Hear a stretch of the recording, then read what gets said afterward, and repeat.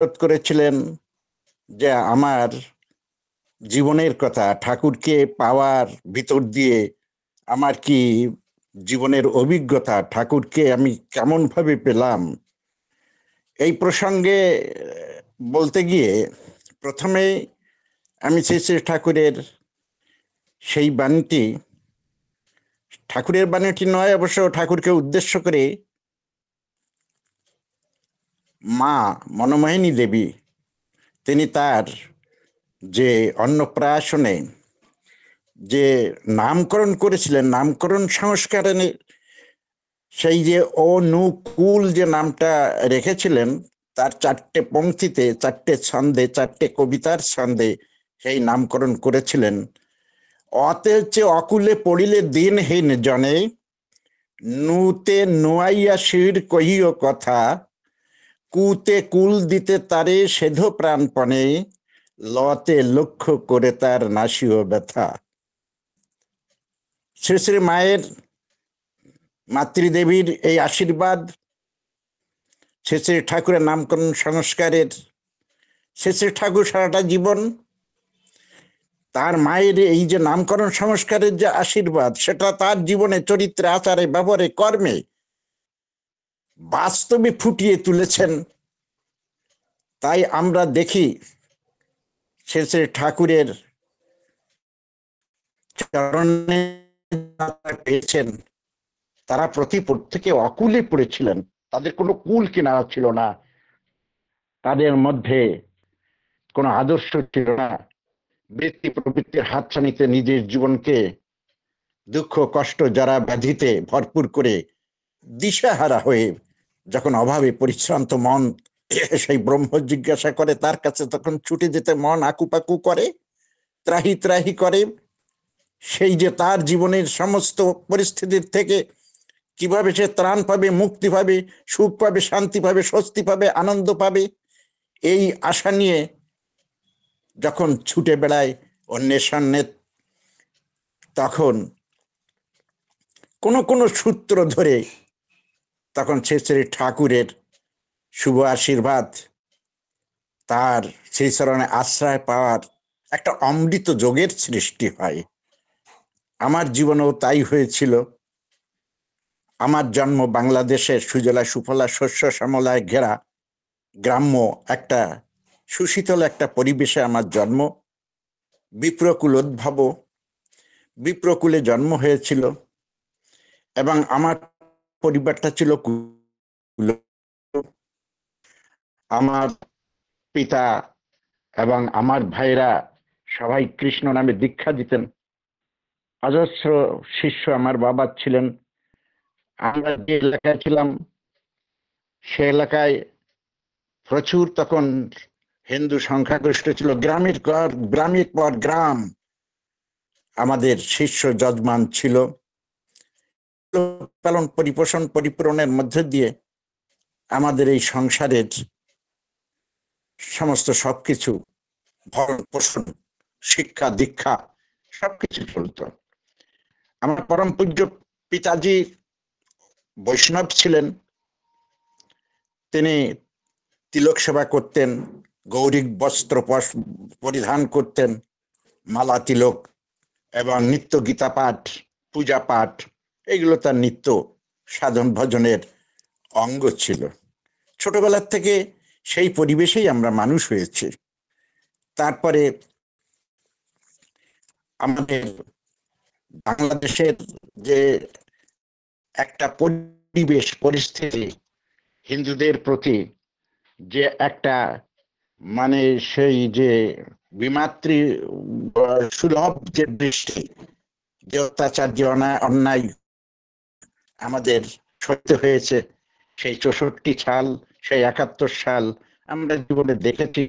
তখন আমরা ছোট ছোট ছিলাম, বড় হৃদয়টা ব্যথায় ভরে উঠত যে এমন একটা পরিবেশে আমরা আছি যেখানে কোনো স্বাধীনতা নাই, শান্তি নাই, নিজের মতামত ব্যক্ত করবার কোনো ব্যবস্থা নাই। তখন থেকে একটা মানুষের একটা প্রস্তুতি নিতাম, লেখাপড়া শিখলাম, লেখাপড়া শিখে একটা ওই দেশে একটা সরকারি চাকরিও করলাম, পুলিশের একটা ছোটখাটো অফিসারও হলাম। সেভাবে চলছিল। চাকরির মধ্যে দিয়েও যেমন একটা বিমাতৃ সুলভ ব্যবহার আমরা পেতাম, সদা সর্বদা আমাদেরকে সেই সদা সর্বদা কেমন একটা মানে সেই কি বলে একটা শোষণ, এইরকম একটা ভাব আমাদের পরে চলতো। মাঝে মাঝে আমাদের গ্রামে আক্রমণ করত মুসলমানেরা, তখন মনটা বড় বিদগ্ধ হয়ে উঠত। তার থেকে ত্রাণ পাওয়ার জন্য মনে মনে ভাবলাম যে এ দেশ আমাদের নয়। তাই একসময় 1982 সালে চাকরি বাকরি 11 বছর সার্ভিস করলাম, ছেড়ে দিয়ে চলে এলাম। শুধু নিজের স্বধর্মকে রক্ষা করে স্বাধীনভাবে বেঁচে থাকার একটা পরিবেশ খুঁজতে গিয়ে চলে এলাম এখানে বলতে উত্তরপ্রদেশে। আমরা প্রথমে সপরিবারে সবাই সেখানে গেলাম। চাকরি অবস্থায় আমিও আমার পরিবারের সমস্ত সদস্যদের এদেশে পাঠিয়েছিলাম। উত্তরপ্রদেশ আমার কাকা থাকতেন, সেই কাকার কাছে সেই আমরা আস্তে আস্তে আস্তে আস্তে সেখানে সেটেল হলাম। সেখানে সেটেল হওয়ার পরে ভাইদের মধ্যে আমরা 5 ভাই ছিলাম। ভাইদের মধ্যে যা নাকি সচরাচর হয়ে থাকে, সেই যে সবাই আলাদা হয়ে গেল। আমি সার্ভিস করতাম কপর্দকহীন হয়ে। আমার স্ত্রী এবং আমার যে সন্তান, পুত্র সন্তান, তার বয়স ছিল 9 মাস। এই 3 জনের সদস্য আমরা সেখানে পৌঁছালাম। পৌঁছানোর পরে কিছুদিন চললো, তারপরে আসলো জীবনের একটা অপঘাত। সংসারে সবাই ছিন্ন বিচ্ছিন্ন হয়ে গেল, যার যার আলাদা হয়ে গেল। সবাই ব্যবসা বাণিজ্য, কিছু হাতের কাজ জানতাম, আমি কিছুই জানতাম না, চাকরি বাকরি করতাম। তখন কি হলো, ভাইয়েরা কিছু জমি ছিল আমাদের ওখানে, কিছু জমি ছিল। তখন ওই জমিতে আমি যেহেতু কোনো কাজ জানি না, তাই আমার ভরণ পোষণের জন্য কিভাবে আমার স্ত্রী, কিভাবে আমার সন্তানকে কিভাবে ভরণ পোষণ করব, তখন আমার বাড়ি থেকে ভাইয়েরা বলল, তুমি জমিতেই থাকো, তুমি জমি চাষবাস করো। ব্রাহ্মণ মানুষ, তারপরে চাকরি করেছি, জমি জমার কাজ জানি না। তখন আমি, আমার স্ত্রী, সে আমার সহধর্মিণী, আমার সুখে দুঃখে আমার সদা সর্বদা সাথে থাকতো। আমরা দুইজন ওই জমিতে থেকে সেই চাষবাস করতাম। আমি লাঙল চাষ করেছি, আমি ধান লাগিয়েছি, আমার ওয়াইফ ধান লাগিয়েছে। এমনি করে আমাদের জীবনে আসলো একটা চরম একটা অপঘাত এলো। দারিদ্রতার চরম সীমায় পৌঁছে গেলাম। আমরা কি খাবো, কিভাবে ছেলেপেলে লেখাপড়া শেখাবো, আমরা ভবিষ্যতে বেঁচে থাকবো কি করে, এই ধরনের বড় দুর্বিষহ একটা যন্ত্রণার মধ্যে আমি পড়ে গেলাম। তো ইতিমধ্যে ওখানে কিছু শ্রী শ্রী ঠাকুরের শিষ্য ছিলেন। তার মধ্যে একজন ছিলেন যাজক কর্মী, নামটা ভুলে গিয়েছি। তিনি আমার এই দুরবস্থা দেখে, আমার এই অবস্থা দেখে তিনি শ্রী শ্রী ঠাকুরের আলোচনা পত্রিকা আমাকে দেওয়া শুরু করলেন। তিনি ভাবলেন যে এই শিক্ষিত ছেলেটা, শিক্ষিত মানুষটি আজকে যে চরম দুর্দশায় পড়েছে, ইনি ব্রাহ্মণ হয়ে আজকে লাঙল চষতে হচ্ছে, জমি জমার কাজ করতে হয়েছে, এই সমস্ত শারীরিক পরিশ্রম এমনি করে করে তানরা শ্রী শ্রী ঠাকুরের, তিনি শ্রী শ্রী ঠাকুরের ওই আলোচনা পত্রিকা দিতেন। পড়াশোনার প্রতি আমার ছোটবেলার থেকে একটা আগ্রহ ছিল, নেশা ছিল, বইপত্র পড়তে খুব ভালোবাসতাম। তো এখন ওই আলোচনা পত্রিকা দুপুরবেলা খাবার টাবার পরে, লাঙল চাষ টাস করবার পরে, খাওয়ার পরে গরু রাখতে যেতে হতো মাঠে। একটা পাশে একটা জঙ্গল ছিল, সেই জঙ্গলে গরু রাখতে যেতাম। সেই গরু রাখতে গিয়ে ওই গরু ছেড়ে দিয়ে একটা গাছের ছায়ায়, দুপুরে রৌদ্রে গাছের ছায়াতে বসে আমি শ্রী শ্রী ঠাকুরের ওই আলোচনা পত্রিকা পড়তাম। আলোচনা পত্রিকা পড়তে পড়তে এতই ভালো লাগতো, আমার যেন সেই অবচেতন মন যেন ডেকে বলতো, আমার সেই যে দুর্দশার অসীম দুঃখ সাগরে যে আমি হাবুডুবু খাচ্ছি, তখন শ্রী শ্রী ঠাকুরের প্রতিটি বাণী, প্রতিটি কথা, প্রতিটি আলোচনা প্রসঙ্গে প্রতিটি বাণী আমার মনটা ভরে যেত।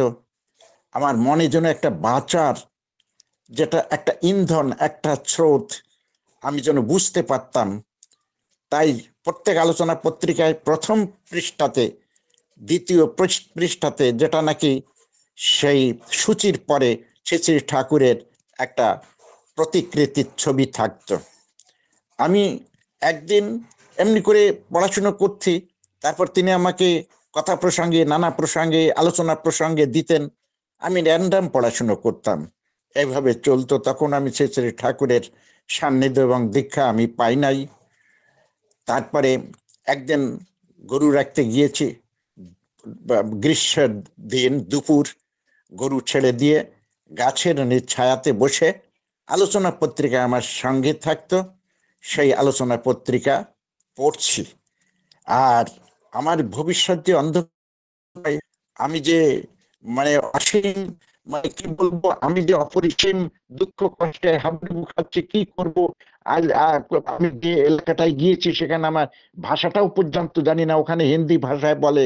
হ্যাঁ, তো এখন কি করব এই চিন্তা করছি। আর ঠাকুরের ওই যে আলোচনা পত্রিকা, ঠাকুরের ওই ফটোটা দেখে অঝরে কাঁদছি। আর ঠাকুরের কাছে প্রার্থনা করছি, ঠাকুর তোমার বইপত্র পড়ে সেদিনকার প্রার্থনাটা আমার আজও মনে আছে।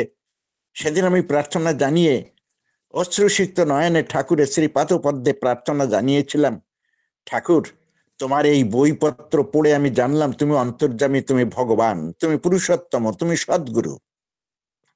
তুমি যদি সত্যিই সেই অন্তর্যামী পুরুষোত্তম ভগবান সদ্গুরু হয়ে থাকো, তুমি নিশ্চয়ই জানো আমি কি অবস্থায় পড়েছি। আমার সমস্ত, আমার সামনে শুধু অন্ধকার, অন্ধকার ছাড়া আর কোনো আলো আমি যেন দেখতে পাচ্ছি না, বাঁচার আলো আমি দেখতে পাচ্ছি না।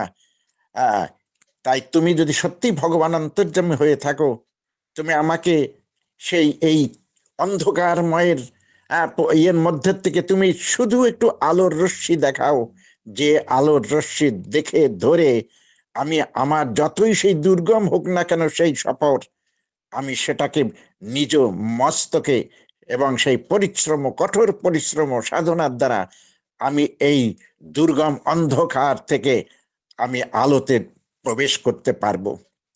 এমনি করে হঠাৎ অনেকটা বেলা গড়ে গিয়েছে, গরুগুলো পরস্পরে গুতোগুতি করছে, লড়াই করছে। তখন আমার সম্বিত ফিরে এলো। কত সময় ধরে কেঁদেছি ঠাকুরের পাদপদ্মকে লক্ষ্য করে ওই গভীর জঙ্গলে। আর তখন ভারাক্রান্ত মন, হৃদয় ব্যথিত হৃদয় নিয়ে তাকে যে কিভাবে কত আকুল আকুতি বিনতি জানিয়ে প্রার্থনা জানিয়েছি আমি জানি না। হঠাৎ সম্বিত ফিরে এলে চোখগুলো মুছে, তখন ধীরে ধীরে অস্তাগামী সূর্য পশ্চিম গগনে হেলে পড়েছে। সেই তখন আমি গরুগুলোকে নিয়ে বাড়িতে এলাম। এমনি করে চলতে থাকলো, দুঃখের আর শেষ নাই। আমি শ্রী শ্রী ঠাকুরের বইপত্র পড়ি। এমনি করে ওই গ্রামে, সে গ্রামটা ছিল অত্যন্ত প্রত্যন্ত, মানে অত্যন্ত, সেখানে কোনো শিক্ষার ব্যবস্থা নাই, কোনো হসপিটাল নাই। এমনি করে একটা অত্যন্ত গ্রামীণ পরিবেশের মধ্যে ছিলাম। আশেপাশে পাঞ্জাবিরা ছিল, হিন্দুস্তানিরা ছিল, বাঙালি কিছু ছিল। তো ওখানে বাঙালি পূজা, দুর্গা পূজা হতো, বাসন্তী পূজা হতো। আমার বাবা যেহেতু পূজা টুজাও করতেন, আমিও করতাম। সেই পূজাকে আমার বাবাকে এবং আমাকে সেখানে পুরোহিত বলে নির্বাচন করা হলো। সেখানে অত্যন্ত প্রাণ দিয়ে আমরা মায়ের পূজা করলাম। মায়ের পূজায় সন্তুষ্ট হয়ে ওখানকার একজন ডাক্তার, প্রতিষ্ঠিত ডাক্তার যোগেশচন্দ্র সুর, তিনি বেঙ্গলি, তিনি, তার বাড়ির মা আমাদেরকে দশমীর পরের দিন ইনভাইট করলো। সেখানে আমরা খাওয়া দাওয়া করলাম। এমনি করে মোটামুটি দেখা গেল তার সহযোগিতায় তার ছেলে পেলে শহরে লেখাপড়া শিখবে, তাই আমাকে শহরে থাকার সুযোগ করে দিলেন। এমনি করে আমি শ্রী শ্রী ঠাকুরের তখন আমি চরণাশ্রিত হই নাই। এইভাবে ওই শহরের কাছে একটি কলোনি ছিল, রবীন রায় বলে একটি ইয়ে ছিল, দাদা ছিল, তিনিও যাজক ছিলেন। তিনি আমার সঙ্গে যোগাযোগ করতেন।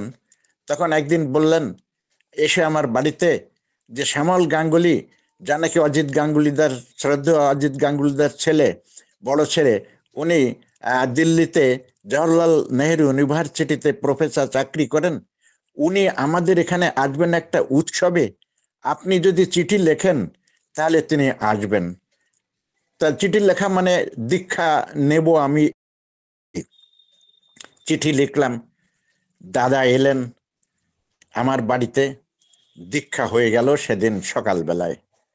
দীক্ষার পরে তার নীতিবিধি যজন ইষ্টবিধি নাম ধ্যান কেমন ভাবে করতে হবে আমার ঋত্বিক দেবতা শ্যামল কুমার গাঙ্গুলি শিখিয়ে দিলেন। সেভাবে চলতে লাগলো। এলাকার লোকজনদের নিয়ে আমি সেই সৎসঙ্গ, এবং নিজে তখন আমি হিন্দি শিখি এবং টাইপ শিখে কোর্টে আমি টাইপের কাজ করি এবং স্টেনোগ্রাফি শিখলাম। হিন্দি এবং ইংরেজিতে দুটো ভাষাতে নিজের প্রচেষ্টায় আমি স্টেনোগ্রাফি শিখলাম। বড় বড় সিনিয়র মোস্ট যে সমস্ত অ্যাডভোকেটসরা আছে জজ কোর্ট এবং হাইকোর্টে যারা প্র্যাকটিস করে, তাদের আমি ডিকটেশন নিতাম, এবং সেটা তখন টাইপ ছিল। টাইপের সেই ডিকটেশন নিয়ে টাইপগুলো আমি তাদের কাছে পৌঁছে দিতাম। সেইভাবে আমার আর্থিক সচ্ছলতা ধীরে ধীরে আসতে লাগলো। এইভাবে চলতে থাকলো আমার জীবন। তারপরে ধীরে ধীরে ধীরে ধীরে সৎসঙ্গের একটা সূত্র ধরে শ্রদ্ধেয় অজিত গাঙ্গুলিদা আমাদের ওই পিলিভিত সেই জেলায় গেলেন, আমার বাড়িতে ছিলেন এবং ওই এলাকায় ইষ্ট কাজে গিয়েছেন। সেই আমরাও সঙ্গে ছিলাম। তিনি আমার পরিবারে দু একদিন ছিলেন এবং সমস্ত সবকিছু আমাদের চলাবলা ইষ্টকে নিয়ে মাথায় নিয়ে শ্রেয় কেন্দ্রিক হয়ে চলা, যে একটা আকুতি শ্রদ্ধা নিষ্ঠা ভক্তি সহকারে, সেটা তিনি দেখলেন। দেখার পরে তিনি যখন চলে গেলেন দেওঘরে যে উনি আমাকে পরবর্তী যে উৎসব এলো সে 1995 সালে তিনি আমাকে বললেন যে তুমি দেওঘরে আসো। দেওঘরে গেলাম। সে একটা শুভ দিনে শুভ ইয়েতে উনি রিকমেন্ড করলেন ডাইরেক্ট এসপিআরের পাঞ্জা পরম দয়ালে শুভ আশীর্বাদ হয়ে গেল। পবিত্র পাঞ্জা পেলাম, দীক্ষাদাতা কর্মী হলাম। সেই আমি যে অঞ্চলে থাকতাম সেখানে সবাইকে নিয়ে আমরা প্রত্যেক মাসে আমরা একটা খুব বড় বড় করে সৎসঙ্গ করতাম। চলতে থাকলো এইভাবে চলার পর ওখানে আমাদের যে পাঁচ ভাইয়ের মধ্যে কিছু ভাই চলে আসলো এই যে শিলিগুড়িতে। তো শিলিগুড়িতে আমার যে সেজ ভাইটা ছিল ও দীক্ষা দিত বাবার শিষ্যদের, তথা ও নূতন ভাবে দীক্ষা দিত। তো এখানে দীক্ষা বা দিতে দিতে এখানে ওর যথেষ্ট শিষ্য হয়েছে। তো হঠাৎ তার বাড়িতে নামযজ্ঞ হয়। হ্যাঁ, অষ্টম প্রহার 24 প্রহার এইভাবে নামযজ্ঞ হতো। তাই একবার তিনি যাচ্ছিলেন জলপাইগুড়িতে একটা কীর্তন পার্টিতে নিমন্ত্রণ করতে, এবং তার শিষ্য ছিল একজন। যাবার পথে বাসে করে যাচ্ছিলেন, বসার জায়গা ছিল না, বাসে ওঠে ওই রড ধরে দাঁড়িয়েছিলেন। বাসটা খুব দ্রুত গতিতে চলছিল। সামনে একটা গাড়ি বা গরু সামনে এলো, সেটাকে বাঁচাতে গিয়ে বাসটা তখন সাইডে গিয়ে একটা গাছের সঙ্গে ধাক্কা লাগলো, বাসটা উল্টে গেল।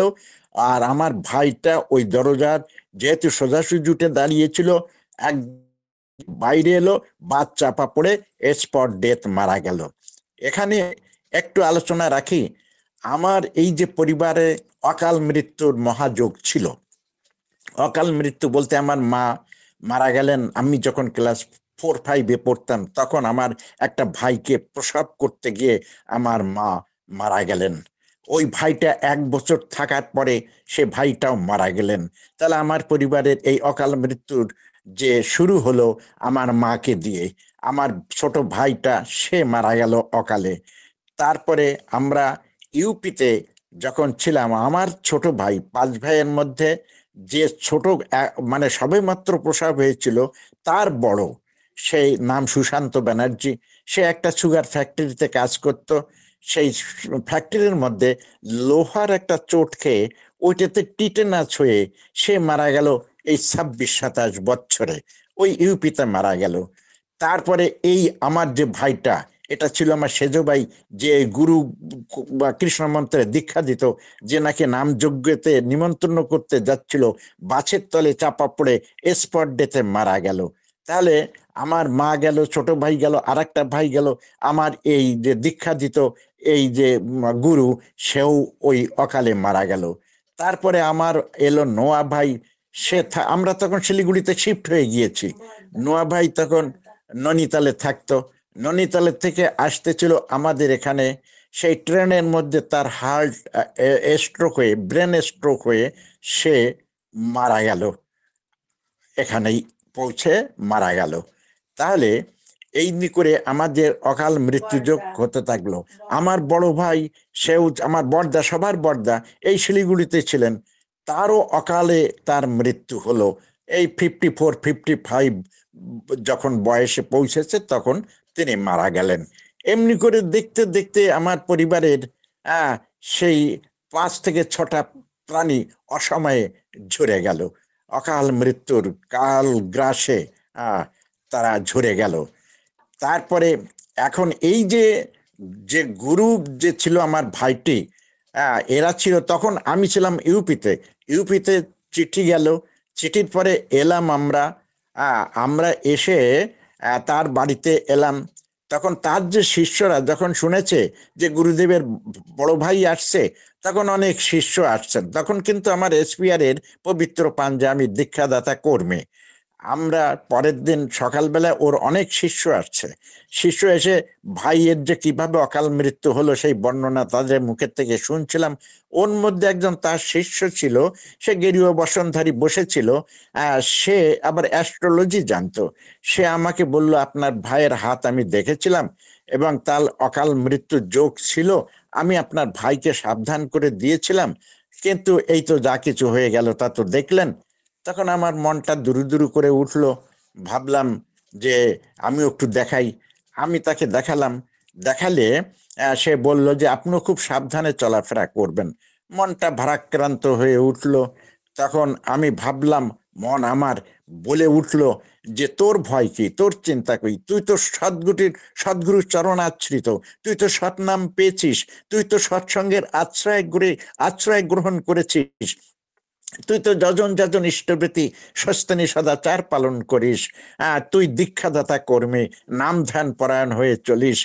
তাহলে সেই যে অকুত ভয় শ্রী ঠাকুরের যে বাণী, যজন যাজন ইষ্টবৃত্তি করলে কাটে মহাভীতি, যজন যাচন ইষ্টবৃত্তি পাতক তালন বজ্র নীতি, এই বিধান আমি পালন করে চলি, অতএব আমি কোনো ভয় আমার নাই।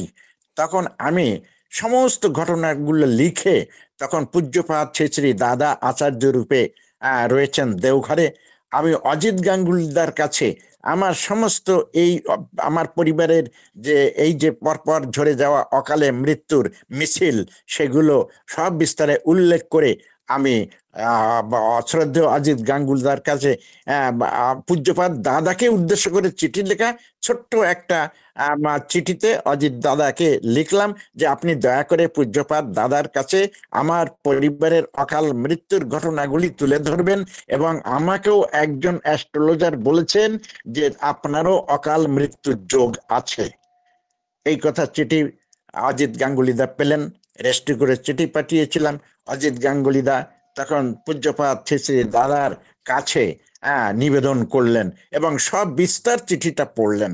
শ্রী শ্রী দাদা তার নাট মণ্ডপে অর্ধ সাহিত্য, ওই যে পাখানা আর একটা পায়ের উপরে দিয়ে একটা বালিশে হেলান দিয়ে মাথার হাতখানা মাথার নিচে দিয়ে যেভাবে শুয়ে থাকতেন, ওইভাবে ওই চিঠির হুবহু ঘটনা শুনছিলেন।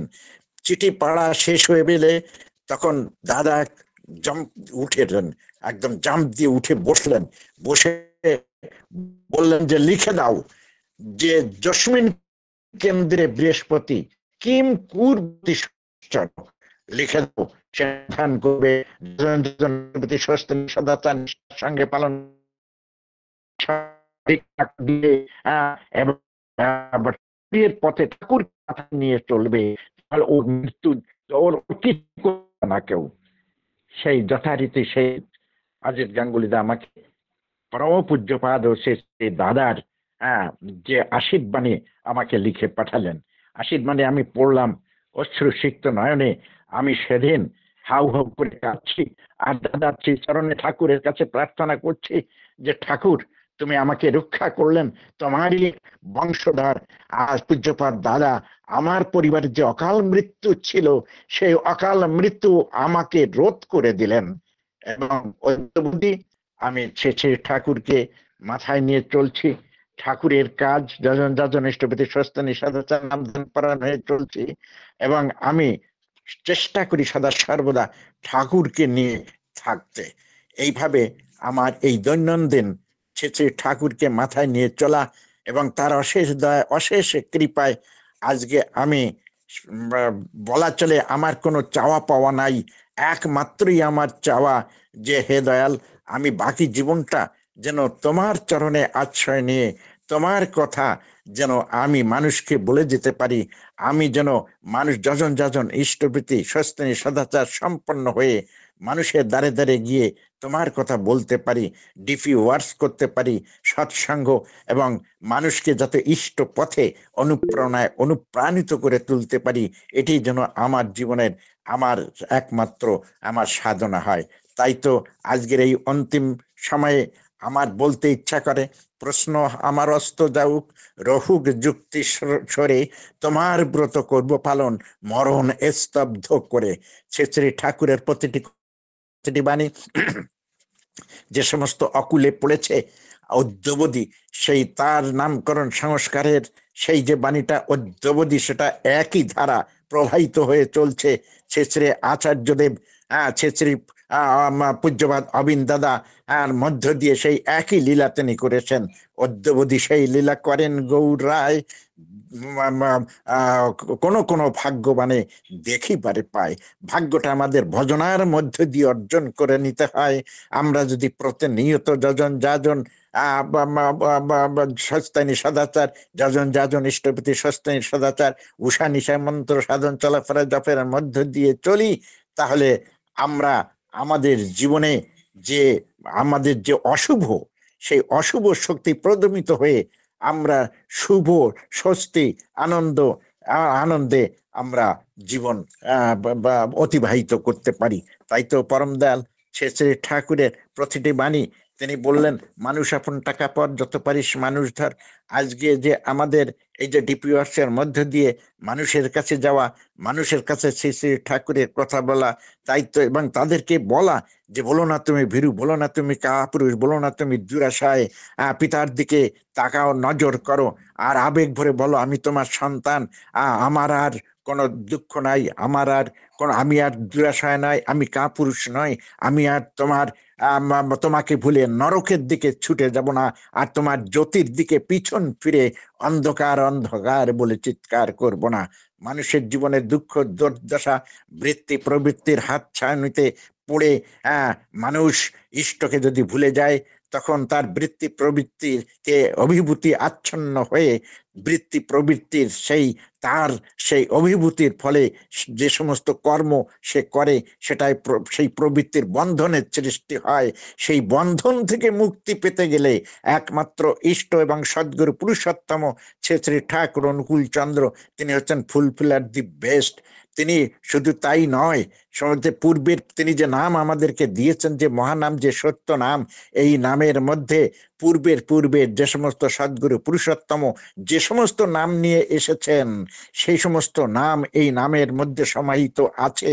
তাহলে এই নামকে যারা পাবে এবং তার যে পঞ্চনীতি যারা পাবে এবং শ্রদ্ধা নিষ্ঠা এককেন্দ্রিকতা ইষ্টানুগ পথে যখন ইষ্টানুগ আত্মকেন্দ্রিকতার মধ্য দিয়ে যখন সে চলতে থাকবে, তার জীবনের যে অন্ধকার সেই অন্ধকার ধীরে ধীরে সেই দূরীভূত হয়ে আলোর প্রকাশ ঘটবে, আসে সুখে শান্তির আনন্দে সে মানে তার ব্যবহারিক জীবনে তাই তো শ্রী ঠাকুর বললেন যে ঈশ্বর বলে তোমার ঈশ্বরের অস্তিত্বে তোমার বিশ্বাস যদি নাও হয়, ঈশ্বর বলে ডাকতে তোমার যদি ইচ্ছা নাও করে, এবং তবে তুমি সেই যে পুরুষোত্তম তিনি যে সদ্গুরু তিনি যে পুরুষোত্তম তাকে তুমি যে পেয়েছো, এবং সদ্গুরু তিনি বৈশিষ্ট্যপালী, তিনি আপ্রিয়মান প্রেরিত পুরুষোত্তমকে গ্রহণ করে অচ্যুত অনুরাগে তার নির্দেশাবলী যদি তোমার প্রতি সংসারের প্রতিটি ক্ষেত্রে শ্রদ্ধার সঙ্গে পালন করে চলতে পারো, তাহলে সংসারের প্রতিটি ক্ষেত্রে তুমি ঈশ্বর উপলব্ধিতে ভরপুর হয়ে উঠবে, আর ঈশ্বরের প্রসাদ নন্দনায় তোমার জীবন সার্থক হয়ে উঠবেই উঠবে। তাই তিনি বললেন যে ঈশ্বর বলে ডাকতে ইচ্ছা করে ডাকো, না করে ডেকো না। ভগবান বলে ডাকতে ইচ্ছা করে ডাকো, না বলে ডেকো না। ঠাকুর দেবতার ধার ধারতে হয় ধারো, নতুবা ধেরো না। কিন্তু বৈশিষ্ট্যপালী আপ্রিয়মান প্রেরিত পুরুষোত্তম কে ভুলো না, শ্রেয় কেন্দ্রিক হারা হয়েও না। আর এই শ্রেয় কেন্দ্রিক হয়ে এবং শুভ চর্যার মধ্য দিয়ে নিজেকে তার সেই শ্রেয় পরিচর্যা আপ্রাণ হয়ে ওঠো। আর এই ঈশ্বরকে ডাকা মানেই হচ্ছে তার যে এই যে শ্রেয় কেন্দ্রিকার পথে চলা। তাই তুমি ঈশ্বর বলে কোনো কিছু স্বীকার করো বা না করো, ভগবান বলে কাউকে ভজনা করো বা না করো, কিন্তু কখনো একনিষ্ঠ শ্রেয় হারা হইও না। শ্রেয় মানেই হচ্ছে ফুলফিল আর দি বেস্ট। তাই একনিষ্ঠ শ্রেয় হারা হইও না। তাই সেই শ্রেয়কে তুমি ভগবানই বলো, শ্রেয়কে তুমি ঈশ্বরই বলো, শ্রেয়কে তুমি ঠাকুর দেবতাই বলো, শ্রেয়কে তুমি পরম বন্ধু বলো, পরম বান্ধব বলো। আর তুমি শ্রেয়কে কিছুই না বলো, কিন্তু তাতে তুমি বিনায়িত করে ফেলো, সঙ্গত করে ফেলো, অর্থান্বিত করে ফেলো তোমার চলাবলা করা। তাহলে দেখবে ওই শ্রেয়ের মধ্য দিয়ে শুভ শ্রেষ্ঠকে কিভাবে মূর্ত করে দেখা যাবে ওই শ্রেয়ের মধ্য দিয়ে। এই হচ্ছে জীবনের যে একান্ত মানে সদ্গুরু পুরুষোত্তমকে গ্রহণ করে আশ্রয় করে চলার যে সার্থকতা, সেটা হচ্ছে তাই তিনি ভগবান হতে আসেন নাই, তিনি এসেছেন প্রতিটি মানুষ যেন শ্রেয়কে কেন্দ্র করে সেই যে বৈশিষ্ট্যপালী সমস্ত মানুষের বৈশিষ্ট্যকে তিনি ফুলফিল করেন। তাই ফুলফিল আর দি বেস্ট। তাই আমরা ধর্ম মত পথ এ সমস্ত ভুলে নির্বিশেষে জাতি ধর্ম ভাষাভাষীর ঊর্ধ্বে উঠে আমরা তাকে গ্রহণ করে তার পথে চলে আমরা জীবনের একটা অনাবিল শান্তি স্বস্তি আনন্দের একটা আমরা জীবন যাপন করব। আর এই ডিপি ওয়ার্কের মধ্য দিয়ে প্রত্যেকটি মানুষের মধ্যে ইষ্টকে সঞ্চালিত করে তার সেই জীবনের অস্তিত্বের সেই যে ধারক পালক যিনি, তার সেই জীবনের মূল স্রোতের সঙ্গে যুক্ত করব ডিপি ওয়ার্কসের মধ্য দিয়ে। কারণ আজকে একটা ব্যক্তি যদি ইষ্টকেন্দ্রিক হয়, আদর্শ কেন্দ্রিক হয়, তখন তার দাম্পত্য জীবনও আদর্শ কেন্দ্রিক হবে। তাহলে একটা দাম্পত্য জীবন আদর্শ কেন্দ্রিক, একটা পারিবারিক জীবন আদর্শ কেন্দ্রিক হবে। এমনি ভাবে পরিবার পরিবারে পরিবারে সমাজে রাষ্ট্রে জয় গানে ভরে উঠবে, বন্দে পুরুষোত্তমে ধ্বনিতে মুখরিত হয়ে উঠবে আকাশ বাতাস। সবাই ভালো থাকুন, সুস্থ থাকুন, এই কামনা করে আমার বক্তব্য শেষ করছি। জয় গুরু।